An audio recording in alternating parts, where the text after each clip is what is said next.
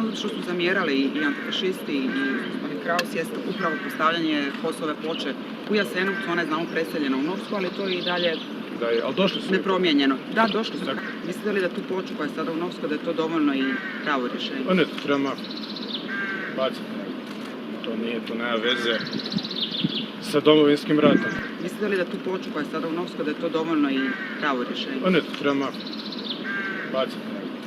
To nema veze sa Domovinskim ratom. A vjerovati sebi znači vjerovati u Republiku Srpsku.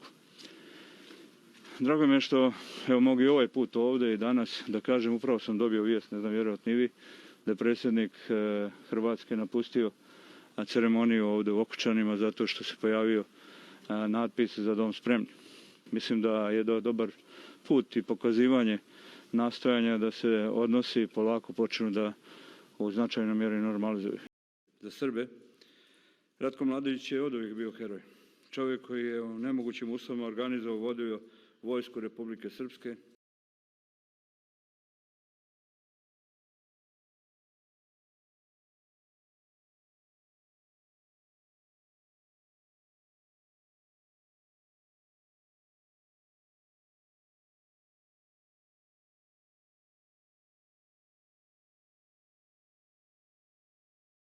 Pa ne, to treba baciti.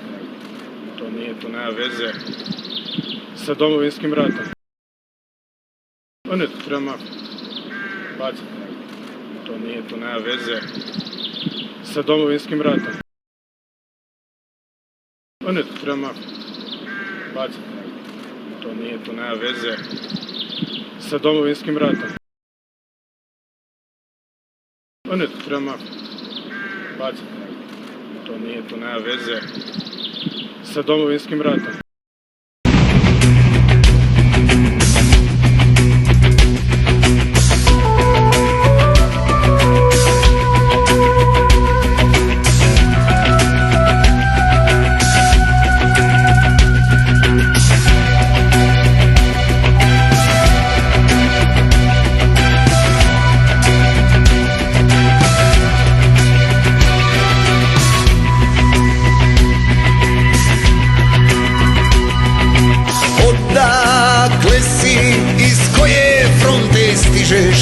Hej, ratniče umornog koraka,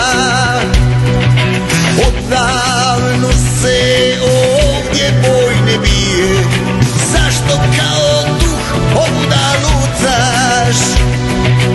Ja sam duša hrvatskih ratnika, domovinu tražim iz tijek što se vije i mojom je krvlju ona natopljena, a duša nema mira, traži je.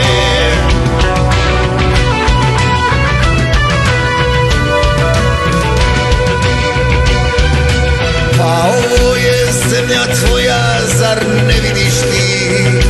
Domovina koju smo svi snili, za njenu slobodu krv si svoju dao i tisućljetni san je stvarnost postao.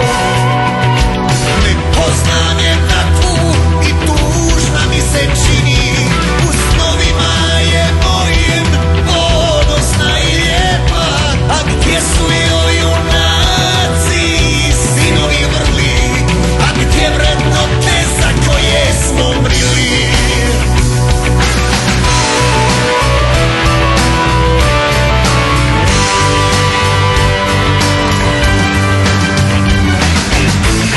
Ratniče, te Hrvatske nema, čim prokupas našle je nevolje, podigle se na nju sile tame.